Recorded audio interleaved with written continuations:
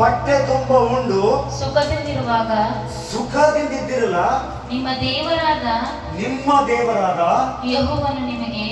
ಯೆಹೋವನು ನಿಮಗೆ ಉತ್ತಮವಾದ ದೇಶವನ್ನು ಕೊಟ್ಟಿದ್ದಕ್ಕಾಗಿ ಆತನಿಗೆ ಸ್ತುತಿಸಬೇಕು.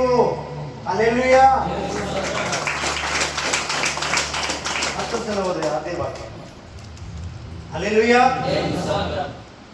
ನೀವು ಹೊಟ್ಟೆ ತುಂಬ ಉಂಡು మీరు కడుపు నిండా తిని సుఖದಿಂದಿರುವಾಗ సుఖముతో ఉన్నప్పుడు ನಿಮ್ಮ ದೇವರಾದ ಯೆಹೋವನು మీ దేవుడైన యెహోవాకి ನಿಮಗೆ ಉತ್ತಮ ದೇಶವನ್ನು మీకు ఉత్తమ మంచి దేశం ఇచ్చింది కాబట్టి కొట్టిదక్ಕಾಗಿ ఆతనನ್ನು స్తుతిಸಬೇಕು. ఇచ్చినాడు కాబట్టి మీకు ఉత్తమ మంచి దేశం ఇచ్చినాడు కాబట్టి ఆ దేశం గురించి ఆతనికి కొండాటము చేయాలంట, మహిమ చేయాలంట. హల్లెలూయా. Praise the lord.